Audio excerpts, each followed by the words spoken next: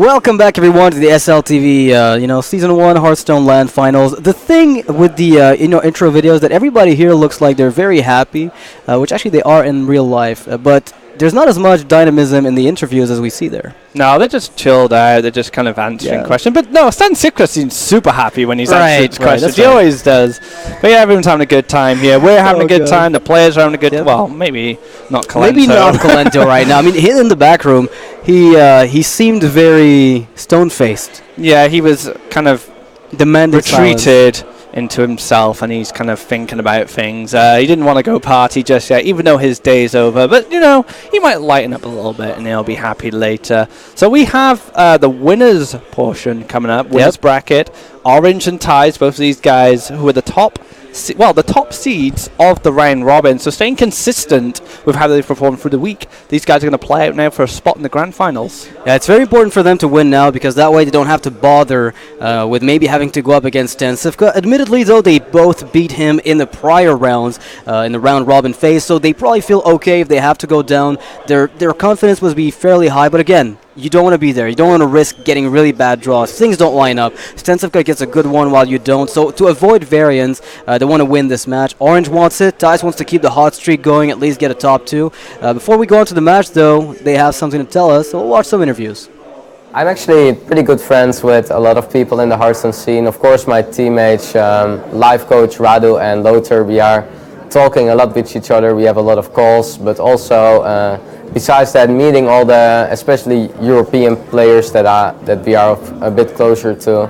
It's really cool to meet them on all the tournaments and just hanging out some time. The Hearthstone scene is pretty friendly, and I like to also meet everyone again at all the LAN tournaments. The practice before tournaments goes a bit differently. I always look first at what is the format and what can I expect, and then I look.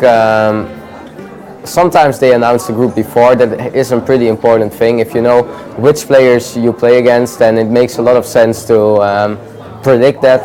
How my normally practice goes, of course I stream a lot and I play a lot on the ladder.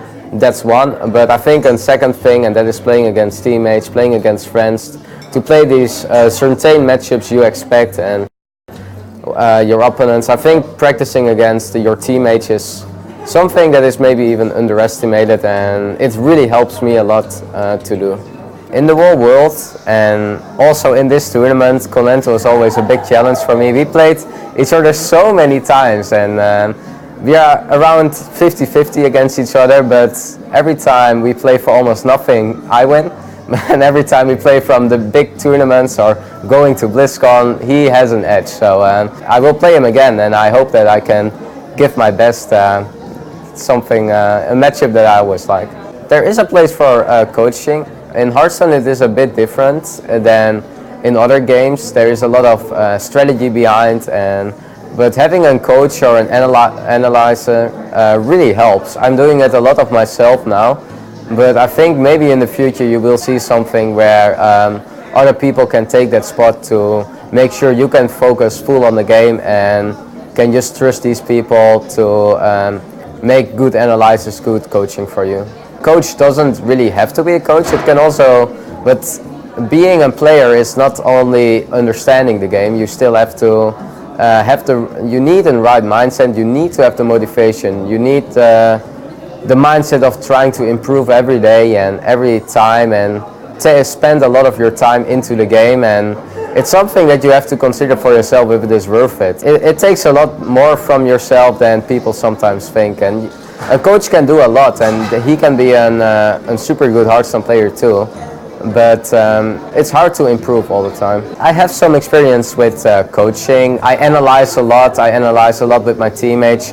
I did some coaching even to new players. I help my brother or my friends sometimes with the game, so yeah, I know how to coach a bit, but it's something I like to do for some time, but it's not something I can do all the time. Yeah, so Thijs, there's one thing to say about him. You know, he was talking about coaching and having an analyst on your team. I think his entire team never had an analyst. If anything, they're one of the few that just don't have one. I know that Kaldi joined, I think Tempo Storm, just correct me if I'm wrong, as an analyst. Monk is the analyst for Team Liquid for the most part. Does a lot of the statistical groundwork to feed his players the data that they need. G2, on the other hand, they're all doing what they have themselves. On one hand, I think it might make them, better because they get the data firsthand, but on the other, it takes a lot of time. I mean, look at Life Coach. He's such an analytical player anyway. Would you really need a coach if you have a Life Coach on your team? He is a coach. He is Life Coach. He coaches you for everything. Literally. So, yeah, G2 not really needing that coach role in their team. Tempo Storm opting for Kaldi. It's a great choice as well. I know Kaldi's a friend of mine. And Purple was the coach of Archon as well, and now he's America's champion. So just goes to show how far a coach role can actually go, not only as someone who guides other players, but actually improving yourself as a player. Yeah, I think overall they tend to be great players themselves, because otherwise how would you be able to pass on the knowledge, of course. So that being said, we'll watch what Orange has to say about various Hearthstone topics, and then we'll move on to the match. I know that players like Colento have something absurd, I think, over like 15,000 wins in ranked and stuff. I'm not like that, but I play several hours a day. Ranked, ladder, practice with friends. I spend most of my day doing Hearthstone related stuff, and a lot of that is also playing the actual game.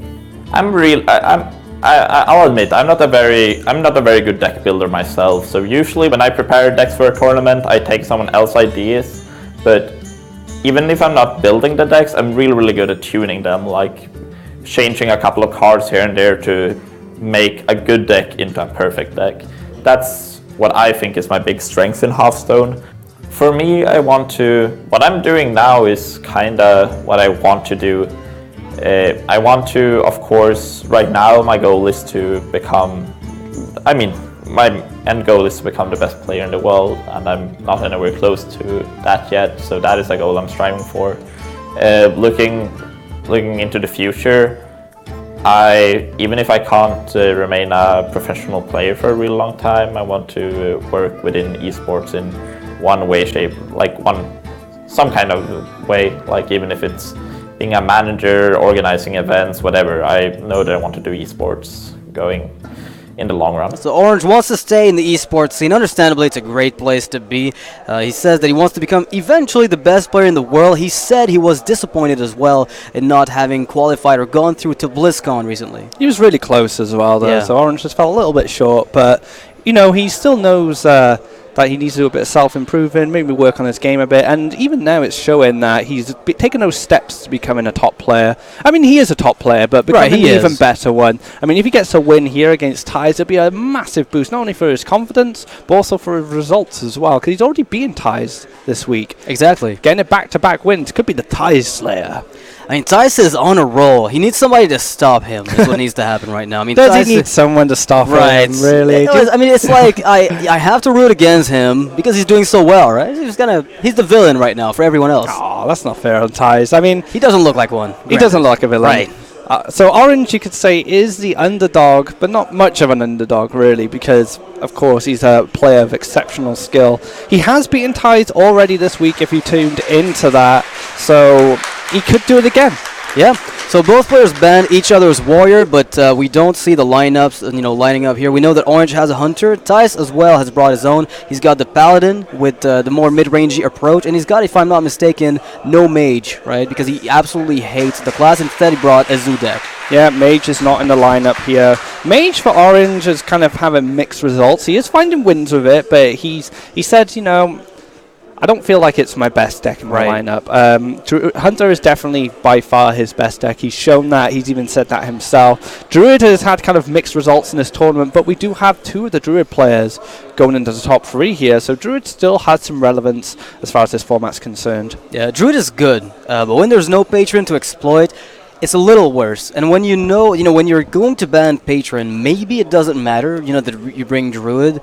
Maybe you don't need to bring it. Maybe something else would be more fitting. Thijs' lineup, I think, is exactly what I would expect maybe Orange to have if he didn't want to bring Druid. It seems like something that I expected out of more players than just Thijs alone. So game number 1, Hunter versus Paladin, winners finals. Winner goes on 2 grand finals. The other will go on to play Stansifka in the losers finals. Right. So Zombie Chair, an important tool in Thijs' deck. He's talked about it and how it influences mid-range secret Paladin. Definitely a great keep against these hybrid hunters. Yeah, Orange is running maybe a bit more of a mid-range one. I mean, he's got the Strangle Thorn Tiger. It's a very slow minion, but we've seen it work every single time the way that it has to, whereby it's guaranteeing extra damage, and on turn 6, sometimes, if you've been curving very nicely, say your turn 1 and 2 have been great, you've gotten some damage in on 4, and then on 5 you drop the Strangle Thorn, on 6 you're ready for a double kill command, maybe an Arcane Golem, abusive, hero power. Lots of things can be done, and the Strangle Thorn gives you the extra reach, or otherwise a good trading tool. Notice the 2/6 drops in their hands, Mysterious Challenger for Thijs and High Main for Orange, but Orange has turn number one, he goes first, so his High Main gets to be played safely around Repentance. That might be an important thing going forward, especially if Thijs wants to challenge the Mysterious Challenger when he comes down. Right. One of the things to keep in mind as well with Thijs, he's got the Challenger, he's on the coin, so he's going to play technically afterwards, but if he keeps the coin, he could be the one who makes the first move, and in that case, he would be the one who's who's ahead. So by having the Zombie Chow killed, you have no reason to not, to use up your coin for Coghammer. Now the coin is very important in how the turn 6 plays are going to play out. Yeah. Is High Main going to come down safely and have the initiative to be able to attack after the Challenger, or is Challenger going to come down first with the coin, and then the High Main might be a bit clunky on 6, getting hit by Repentance and not getting as much value as you would. So Thijs getting a bit secret clogged here, finding 3 of his secrets. Avenge is obviously one that is quite useful, especially when some trading goes on, but Competitive Spirit is something I would like to find from a Mysterious Challenger generally.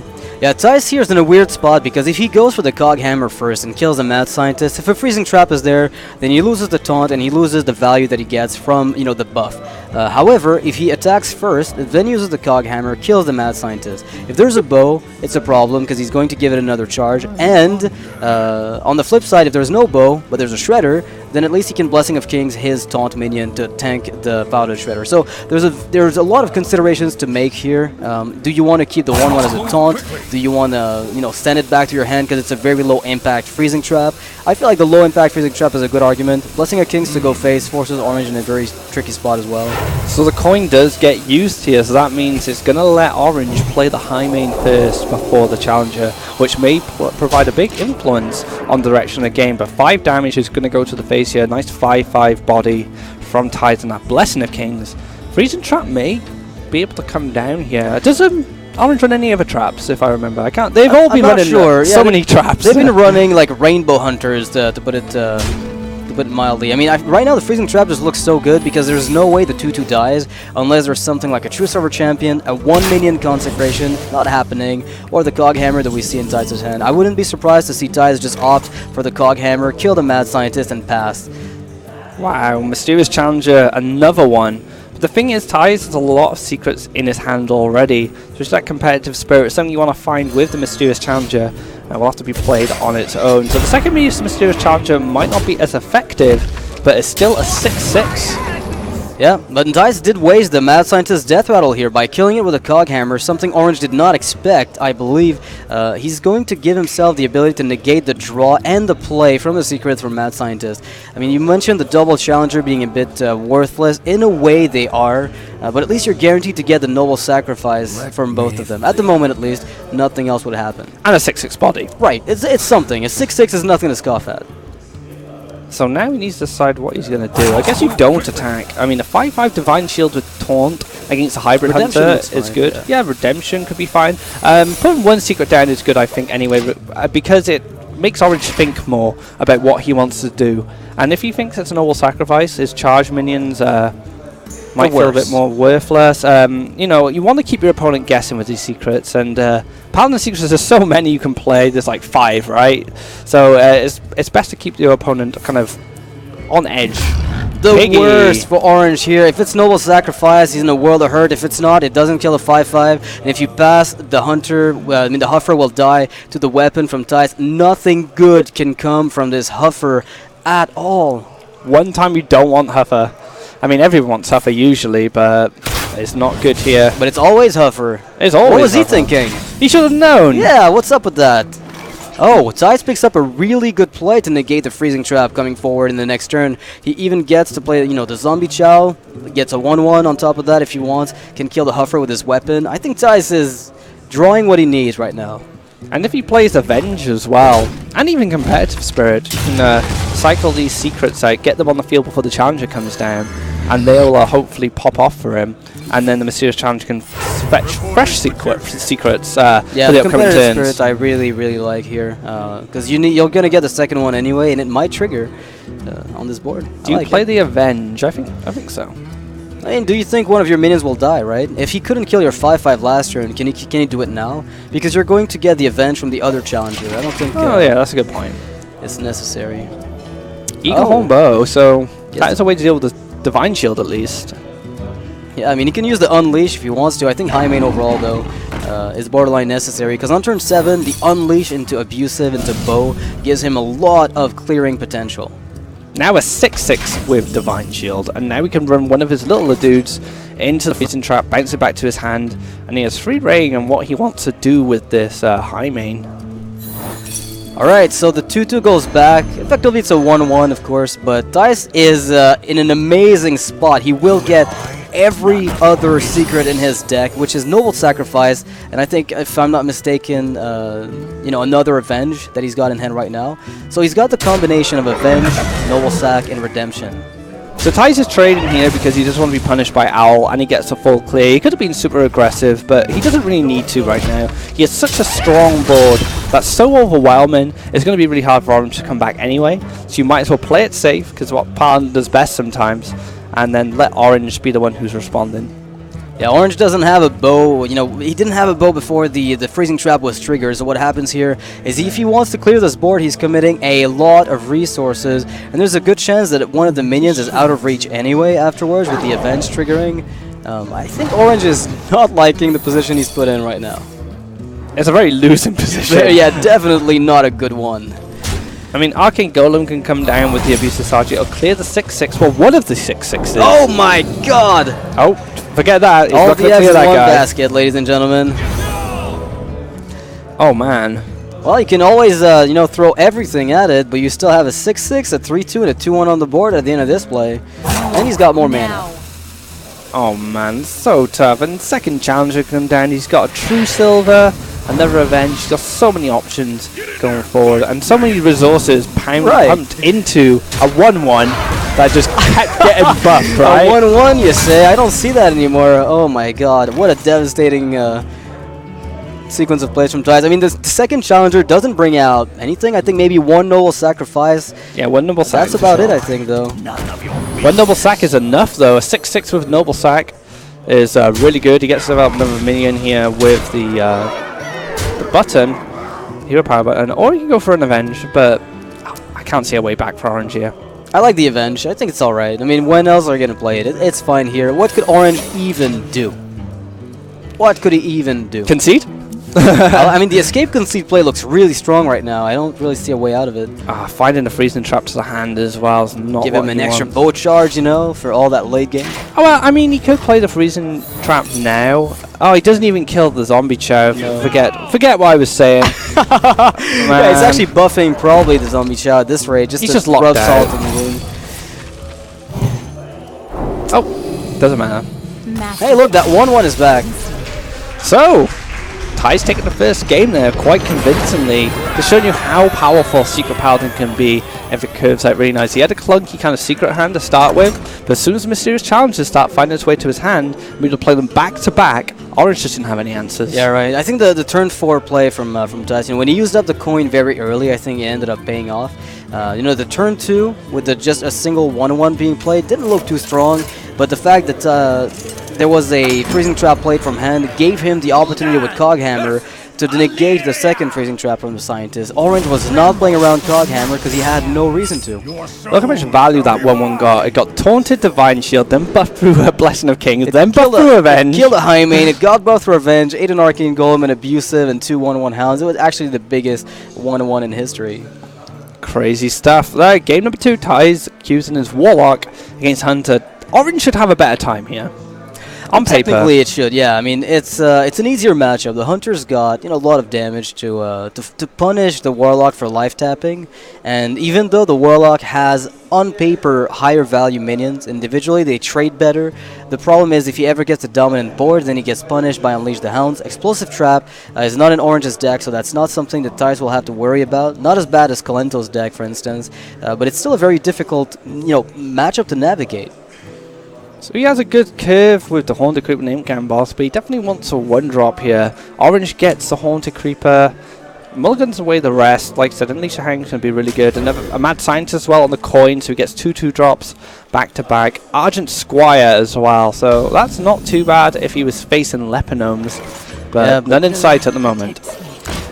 Like the Void Caller here with the Doomguard just picked up a lot of value. Thijs might be able to go for, turn 2 Haunted Creeper, turn 3, any demon he has will be played. Then the Void Caller might get a free Doomguard, almost guaranteed. Orange will have to try to get himself the perfect Freezing Trap to counter those coming down the line. But right now, Orange can play it a bit slower. The Creeper is a great way to stop an Ardent Squire from getting any value whatsoever, but it will be met with a Twin Sister. Alright, Haunted Creeper time, I guess. Yeah, why not? Spider battles. Golden Spider from Orange, though. He's got the bling spider. Yeah. Orange is way too blingy. Everything's golden. Why not? You don't get golden coin with a full golden deck, do you? You do. You do. Oh, absolutely. Yeah. That is a reward to invest in all that. What a reward, right? What a crazy reward that is. You get a golden coin at the beginning of a game 50% of the time. Wow. All that value, man. I know what I'm going to be doing when I get home. Yeah, I know, man. Buying those packs. $1,500? Pocket change. So he gets to squeeze in the tap here, find some more cards. Abusive Sergeant. That's actually not too bad because he can use the 1-1 to attack, the Creeper to pop the Scientist and attack face with the Squire to negate the Freezing Trap that comes out. Actually, that's really good. I like that. It's a bit open to Unleash, right? But I think it's fine. If an Unleash comes out here, it's not the biggest of your worries, technically. And the Argent Squire does a lot better against things like Unleash the Hounds and Lepinomes, and so maybe you'll find some use later. But this Void Caller is looking very delicious with this Doomguard ready to come down. Unleash the Hound's going to come down here, going to clear up, I imagine, unless he goes on the aggressor. Full minions.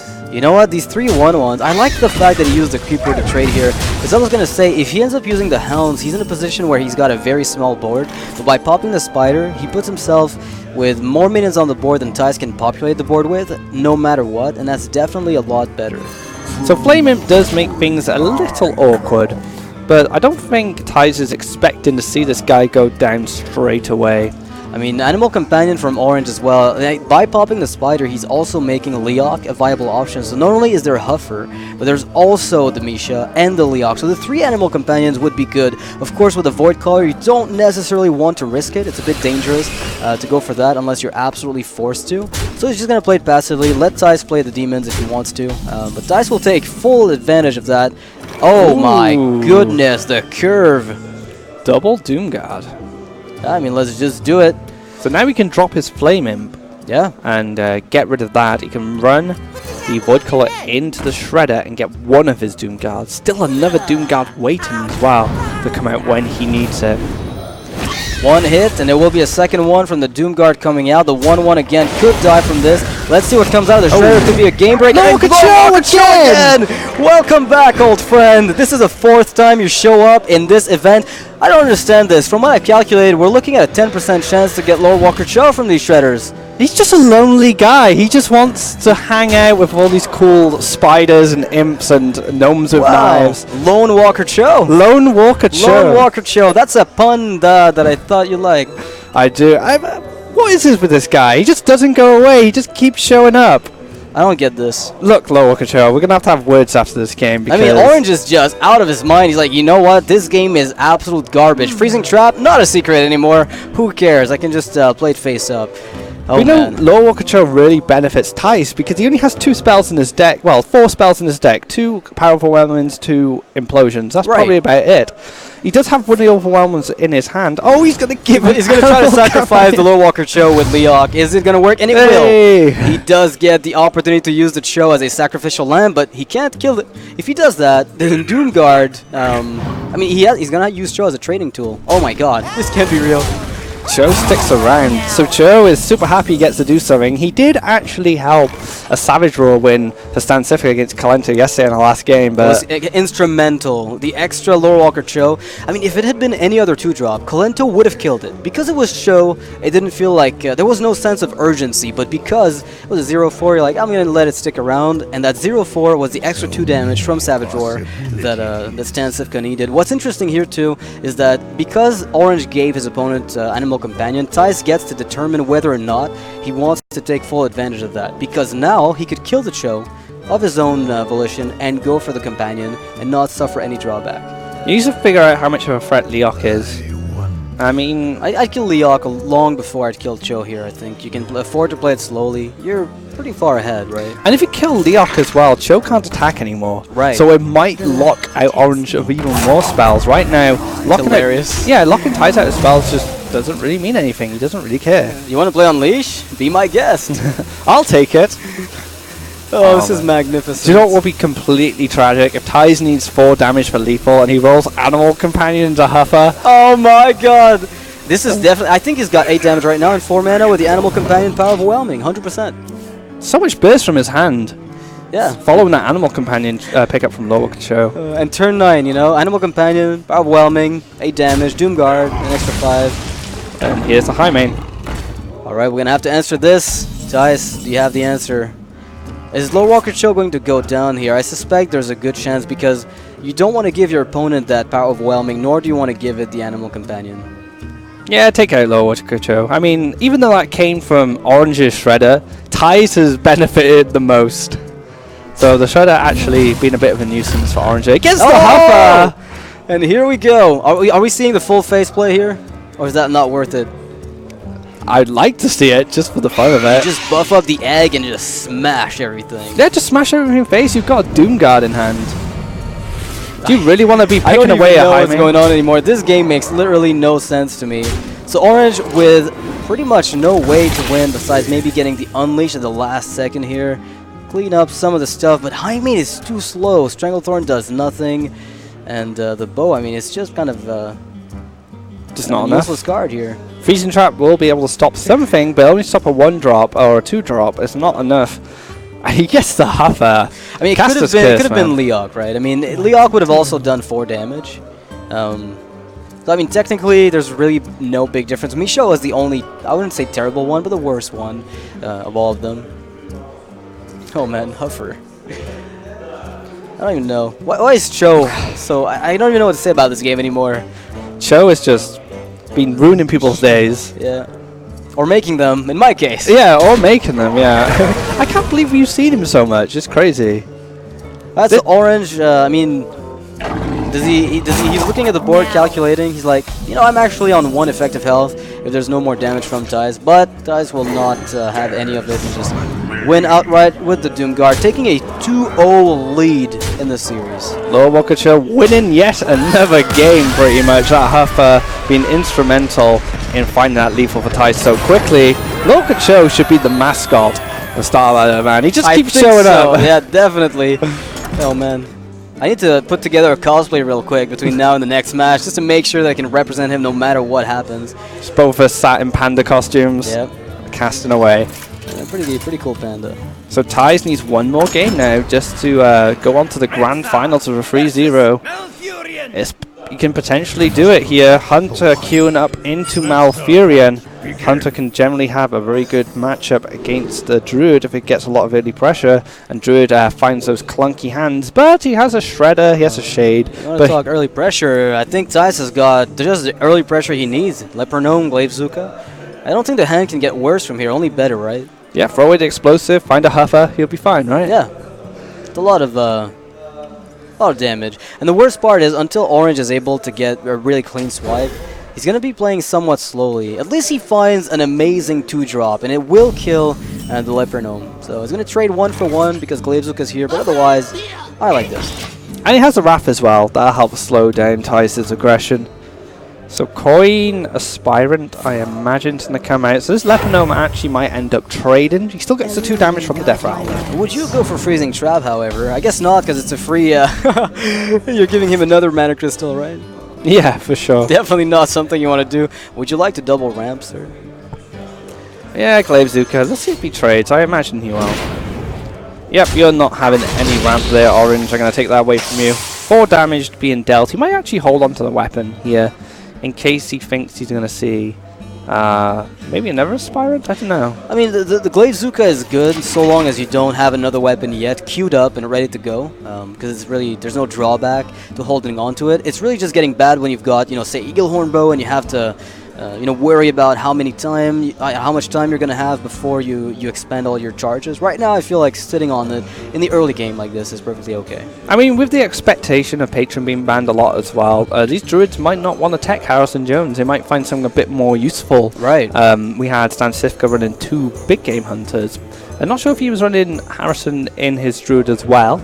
I don't remember seeing it there. Actually, yes, it was there with the Ancient of Lore. That's right. He had the option at some point. He's playing Harrison Jones in every single deck. So he has all the tech he needs. Of course, because he's not banning the Patron, obviously makes more sense for him. But for Orange, if he's just going to be banning Patron every time, he may not need a Harrison Jones. Oh, great card here for Thijs. Don't worry, love. This is absolutely crazy. The cavalry's here. Don't worry, loves. The cavalry. Yeah. He is so British. Oh, I didn't do it. Is he not? I think this is like Tracer's long, ancestor from the fantasy era of the Overwatch world. And Overwatch is going to take over my life, I think. Now they have He says casting Hearthstone. I think all Hearthstone fans are looking forward to all Blizzard fans are looking forward to Overwatch at the moment. Yeah, it's hard not to get excited about it. Now, Orange here opts for a card cycle play with the Wrath, which I like a lot because it removes the Divine Shield, makes the swipe a lot better. Assuming there's a Shredder from Thijs, you'd be able to at least remove the bigger body, the biggest part of it. And luckily for Orange, there's not even that, so the swipe will be just perfect. To the point where, would you maybe consider slowing it down and just playing the Shredder instead? Not after this, definitely No, not. perhaps not. No, the freezing trap's going to make things a little bit more troublesome. Yeah. Even if he does swipe these 2 guys, Lofev follows up a 5/5 body, which he can't respond to with the taunts. The spells, and that's going to put a lot of pressure on Orange. So swipe to face just to clear up these 2 guys. Lofev probably going to follow up now. Yeah, what's really good too is we can notice right now just how important it is that Thijs has been holding on to the weapon, because when the Druid of the Claw from Orange comes down this turn, which I assume it will as a 4/6 with taunt, using the Lotheb and the weapon will be enough to go through the Druid. He's got, of course, the option of Unleash the Hounds and Kill command and keep the Lotheb alive on full health to keep going through. We'll see what he ends up doing. I like both lines of play a lot. Oh, another Glaivezooka. What do you think about Unleash Kill command here? You trade the Hound. You keep the Hound, you attack the Druid with your face, and you attack for 6. Well, considering he has no other minions in hand, Lofeb may be Very more valuable. Because if you hit him down to 1 health by trading into this Druid, he's easily Wrathed, he's easily swiped. Yeah. I like this actually from Thijs. He's protecting his Lofeb. He's still protected by the freezing trap as well. So, Orange still has to deal with a freezing trap yet. So he's still got a lot of work to do. Actually keeps the Hound alive. I really like this. Yeah, he realizes he's got no minions. And Orange here, because he's got the swipe, is at least going to be able to answer this nicely to an extent, right? I mean, he has to swipe and hero power, kill the Lotheb. It's not something you're too happy about, I imagine. You're taking another 5 against a Hunter. You're slowing down. You're giving the initiative back his way. The trap is still not triggered. He's at least going to check for Snake in case he forgot something. The one thing is, though, that after Lotheb and the Hound, he's got a Glaivezooka and then he's top decking. So he still needs to find some more pressure. He might whiff on his draws here. Oh, he found a Huffer. Does he find a Huffer? Of course. He just found it. Don't you see? It's right there. No, that's not a Huffer. I lied to you. Then again, it doesn't matter because Orange right now has no way to deal with the 5/4 Misha anyway. You have to go for double Savage Roar, maybe find a way to buff the attack through Mark of the Wild with Big Game Hunter. Lotheb doesn't solve this, Dr. Boom doesn't solve it. I can't think of a play from Orange that's going to stop this Misha from killing him. I don't think so. I think that's it, really. 5 damage from the Misha and the hero power alone is enough. Being locked out by this hybrid hunter. Looks like a 3-0 from Thijs, a completely crushing victory. Thijs keeping on form, keeping consistent with his tournament results so far. He is now in the grand finals in the winner's side. I'm not sure how they're going to determine what penalties a loser will suffer. Is it a best of 7? I'm not sure. We'll have to look that up for you guys. What do you mean? Well, because if you go from winner's bracket side to the loser's bracket, what you're going to do is play against the winner of the loser's match. But the loser needs to have a disadvantage for going. Oh, he's already got one. He's got to win an extra match. An extra match. So there we go. So Thijs is going to have an advantage here. Thank you very much. So congratulations again. We can talk again. So what do you think about this ban system that made? I think this ban system is really good for Hearthstone. You won't see always the same decks. People go with a different strategy, and yeah, you see a lot more different decks, and I think it's good for the game. You're in one step from the grand final. Who do you think will be your opponent in it? Hard to say. For me, it will be better. I think Orange. I think my lineup has an advantage for him. So I hope Orange will do it. But if Sivka makes it, I'm really happy for him too. I wish you good luck in the grand finals and congratulations again. And we go back to our casters. Alright, so Stan Sivka is going to be playing up against Orange afterwards.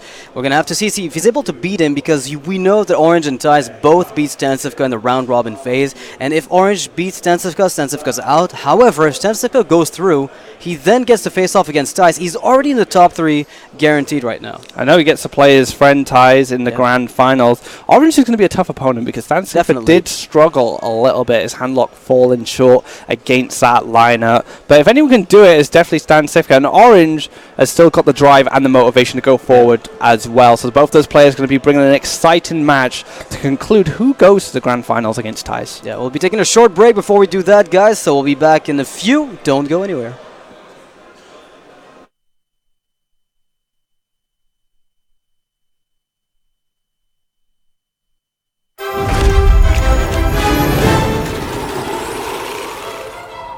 From east to west, heroes are sent, seeking glory in the greatest of events. There are knights on noble steeds, those who will bring them to their knees. There are monsters to test their mettle at every turn. Legends will rise based on their merits. There's even pirates riding parrots. It's the grand